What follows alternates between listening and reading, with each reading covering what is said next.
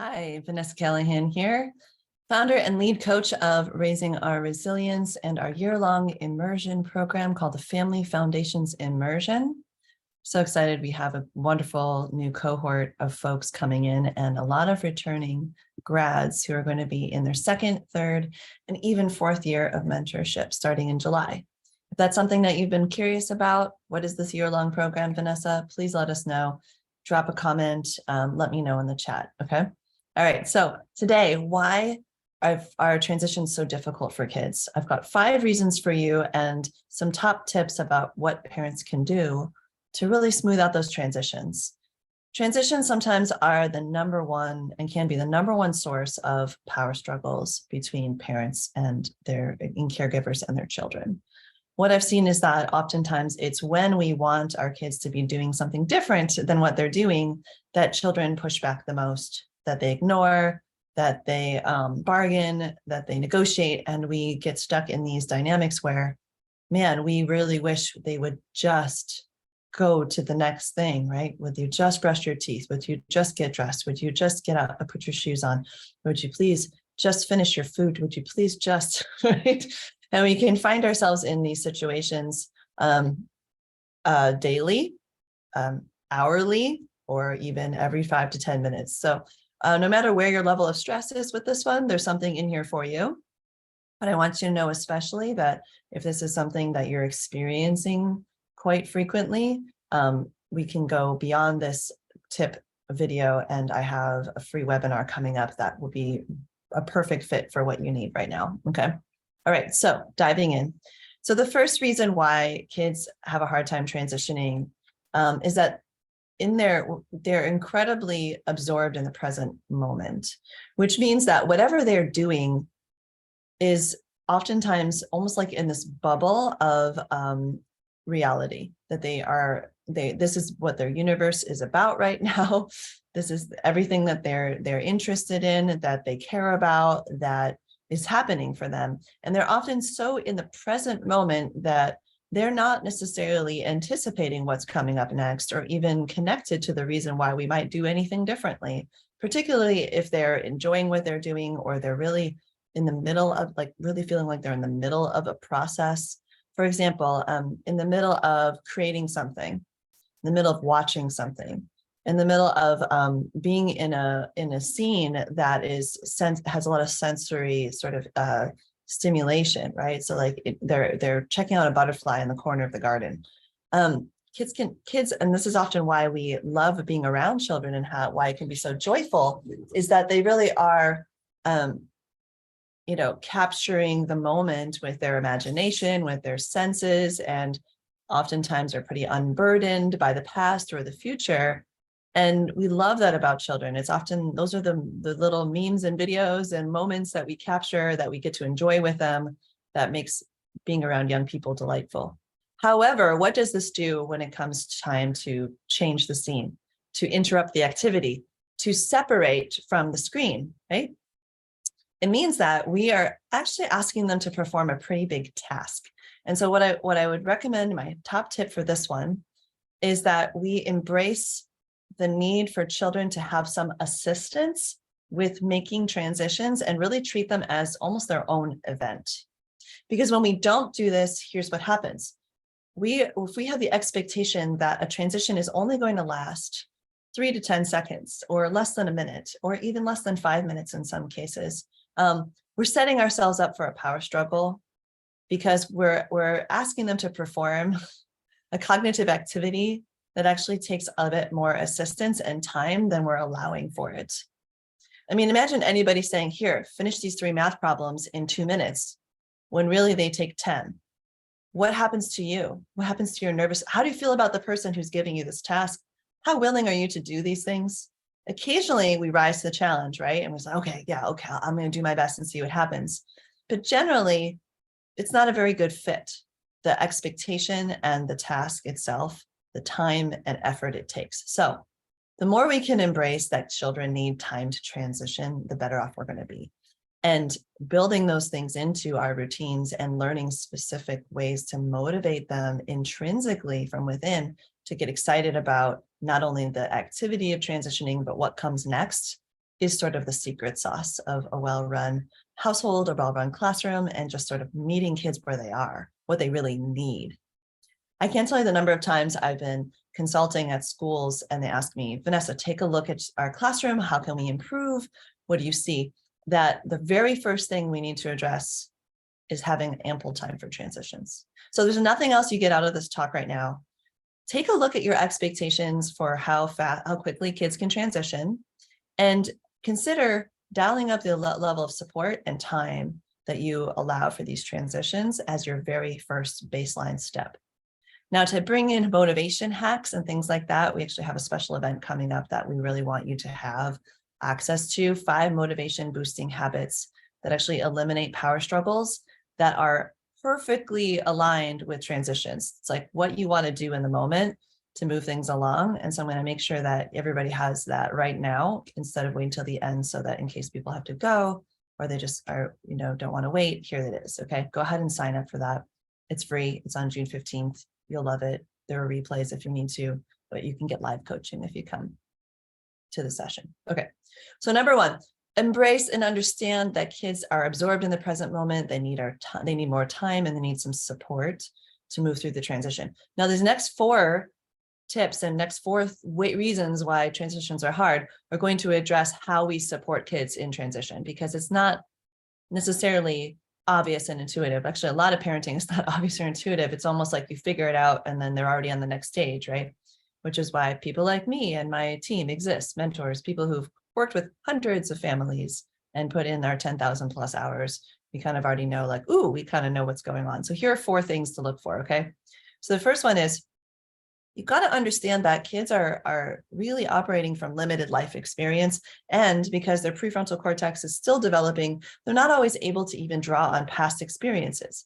That's why they're growing and learning, because it's not like they do it once and they mastered it and they move on and now they've got it in their library of experience. So for example, a child is transitioning to going to, let's say, a class. And they've already been to this class. Last week, they went to this after school or just this weekend class or something, but they've only been once. They may need help jogging their memory of what it's like when at class, who's going to be there, previewing for them, what is this experience going to be like, and helping jog their memory about, like, what was it like last time and what did they like and what kinds of concerns did they have that we can address, making sure that you have this check-in moment with them. And don't just assume because it's something they said they wanted to do or they enjoyed it last time that they're going to be in the right frame of mind. So if you notice that you're saying, hey, it's time to go to gymnastics class, and your kid isn't naturally kind of hopping to it and like being like, oh, right, gymnastics, this is fun. They may need help because they have a limited life experience, and they also are built in, luckily, because it keeps them alive, of fear of the unknown. Because if they were like, oh, I wonder what it's like to walk off this roof, and they didn't have fear around the unknown, then, it would be much harder to keep kids safe. So they have a built-in mechanism that's protective, that's useful, but we have to work with it and not against it. And so how we can do that, what really helps with any kind of anxiety that comes up, any kind of fear, is previewing and helping them anticipate what's needed and jog their memory of their past experiences. Don't assume it's accessible to them right there. Help them with that, okay? All right, so we've addressed the fact that this is a real task that takes time and support, transitions. We've addressed that they might have some fears, and you can help them with that by kind of reintroducing them to it if it's something especially novel or unknown. You can even show them a picture of it. You can, just do things that you think will help to prime them to be like, oh, right, this is something I've done something similar to, or if it's completely new, just let them know you'll be there for them and plan to be there, at least for the first 5 to 10 minutes of something new. Okay. So that's number 2. Number 3, another way that limited life experience comes into play is that whatever activity that they're engrossed in right now, and this is kind of tying the first couple ones together, they don't necessarily understand, because of their limited life experience, that it will still be there later. Now, this even goes all the way up into the teenage years. Teenagers are very, very prone to FOMO, because in their world, their peer group moves so quickly, it's very hard to keep up, right? So they need to understand there will be other opportunities to spend time with their friends. There will be other dances. There will be other, video game sessions. That's one that's very hard for kids to separate from these days. There'll be other times that you can work on your TikTok video, whatever it is that the kid is really engrossed in, that they don't want to transition away from. Excuse me. So this goes for all the ages, not just little ones. Okay. So reassuring them and making it really concrete, especially the younger ones, specifically about how it's going to be there later. Let's make sure, this was a golden thing we did in our classroom.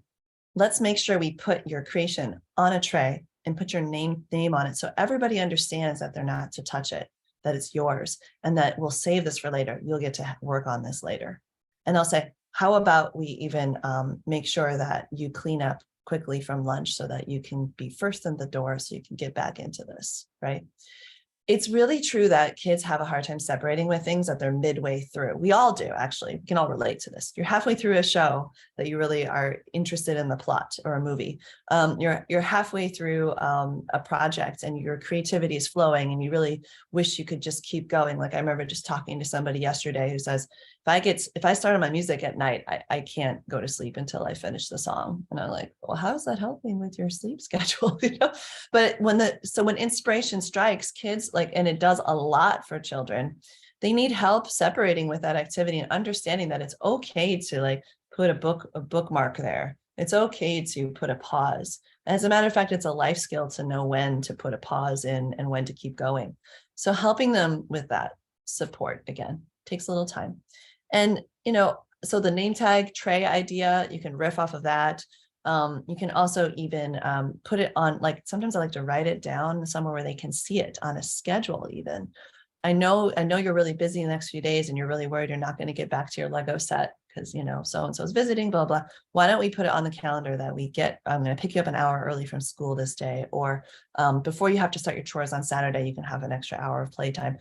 Build it in so it's concrete, so they know they're going to get back to it and they know when, and they can anticipate that.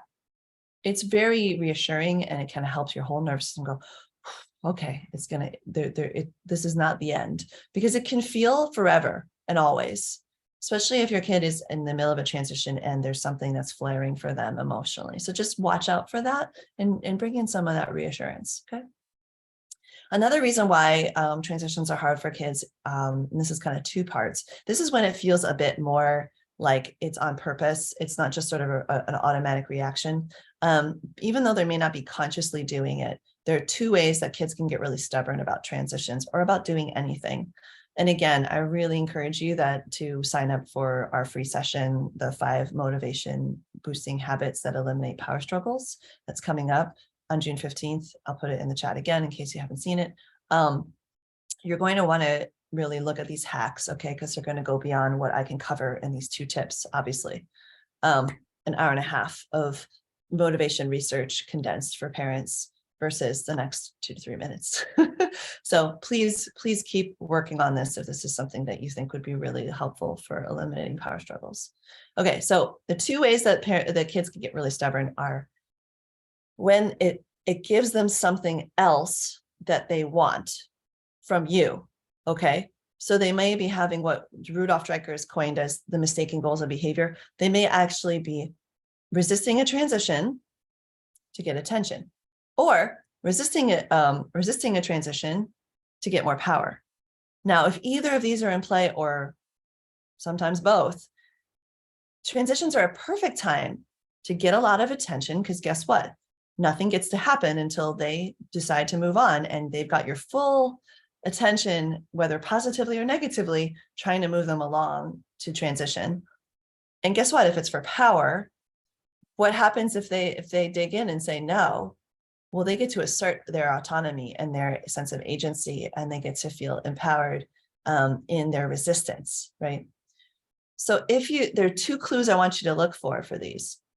If it's seeking attention, oftentimes they are very good at sort of engaging you in a very lengthy negotiation or bargaining, and you find yourself like, why am I spending 5 minutes negotiating the terms of this transition with this child or this teenager, right? Are they getting you to be really busy with them during this transition time? And has this been a pattern? If it has, we need to really look at how can we shift this to in being something they're naturally motivated to do, and how are we going to fill up that attention sort of love bucket. This is exactly the teaching topic of June, by the way, for all my immersion folks out there. We're going to be talking about the mistaken goals of behavior and how to remedy them. But I want you to just think of the idea of breaking any kind of pattern where if they resist the transition, they suddenly get all of your attention and they keep you busy with them in negotiation, and you end up spending a lot of your time doing that. Because what could be happening is that they're not seeing other ways to get that level of your undivided attention and back and forth dialogue. And so now they're sort of subconsciously seeking it the way they know they can get it, which might be resisting a transition. So just be noticing that pattern is my main tip for now, okay? And if it's there, start thinking about how can I give them the same level of engagement with me, banter even, in a positive way. Like, where can we redirect this so that the transition might just come like at the end of something positive rather than the other way around, okay? All right, that's the attention one. Now, power, how it can show up is not so much this feeling of endless conversation, and it's more of like, and you can feel it, you can see it in their body language often. It really is this like, I don't want to because you asked me to. And there's this fieriness to it oftentimes, and it can be towards you or it can be like away from you, right? But there's this tension in there that really feels like it's a power grab, okay? And sometimes it even looks like this. They're like ignoring you and they're like, smiling about it, which really can set you off. I know, because I've been there. Like, are you kidding me right now, kid? And it works. So what happens immediately is a power struggle if you let it. Right? Power struggle, because they are engaging in a power play. So what can you do?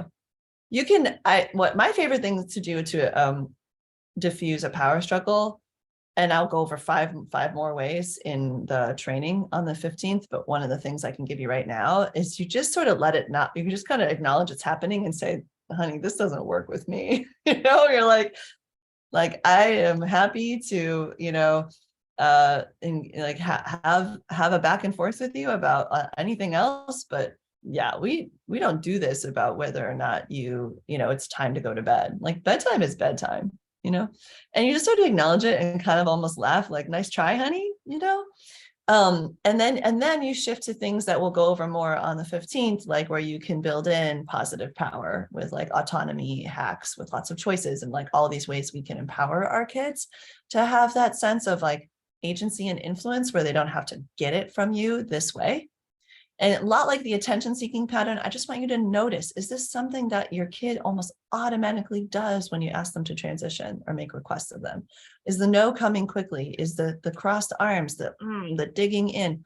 Well, then your kid might be craving power, and this may just be the way that they're getting used to getting it and getting into power struggles with you, which is a pattern you can also change. So whether it's attention or power, look for those patterns. They're related, they're like cousins. A lot of times it's both, because a power struggle is also getting your attention, right? But it's negative attention, but it's still attention. So then you'll be wanting to look for, how can I build in more attention and power in positive ways? And of course, on the 15th, we'll be going over a lot of great ways to do that, where you're not only giving them attention and power, but you're also scaffolding for them and helping them learn the skills and tools to be able to transition on their own, and so much more. Pretty much anything that they want to put their mind to, right? Anything that also just needs to get done in daily life. Chores, separating from screens, getting your routine, your morning and evening routine done in a timely way without too much fuss or reminders or negotiation or power struggles or attention seeking behavior. So let's get you those things, okay? And I'm so happy that you're here. If you had a chance to listen to this, that means that you're a big-hearted parent striving to create more resilience in your family, fill up your toolbox with effective tools. I see you, I hear you, I feel you, I believe in you. And please let other folks know about this event. It is a free event. We only do a handful of these a year. That it's like these longer sessions. I'm being joined by Dr. Luz Casquejo Johnson, who's an awesome educator. So excited to have her on our team. And here's a little bit more about it. So it is Thursday, June 15th at 7 p.m. Title is 5 Motivation Boosting Habits. It's a free parent masterclass. And the idea is that we are going to give you habits that will over time eliminate power struggles for good. I want you to be able to learn proven strategies for the whole family. With myself and Dr. Luz, we both have focused my master's, her dissertation on motivation research. How do we help kids to become motivated without having to use things like negative reinforcement and lots of reward systems, et cetera? And we'd be so pleased to see you and your friends there. This is a great time if you have other folks too that you'd like to invite into the Raising Our Resilience community, doing things like sharing this event, telling them about our YouTube channel, and or inviting them to join the parent group, which we have over 1,000 folks. Yay! We hit that number this year, of big-hearted parents seeking solutions. And so you get to be a part of the solution for somebody else. And it's a great act of kindness and caring. So we really encourage you to please spread the word. And we get to do this together, right? We don't have to do this parenting thing alone. It really does take a village of I would say, empowered, well-equipped, resilient adults to raise empowered, resilient, well-equipped kids. So we're in this together. Thank you for being a part of that. Drop a comment or takeaway or question in the chat. Tag me if you'd like to have any eyes on anything. Maybe one of these things that you think your kid is doing the most. That would be interesting, and we can give you a little more support in the chat and comments. All right, and that's our Monday Mindset Moment. Well done, everybody. Until next time, lots of love. Bye for now.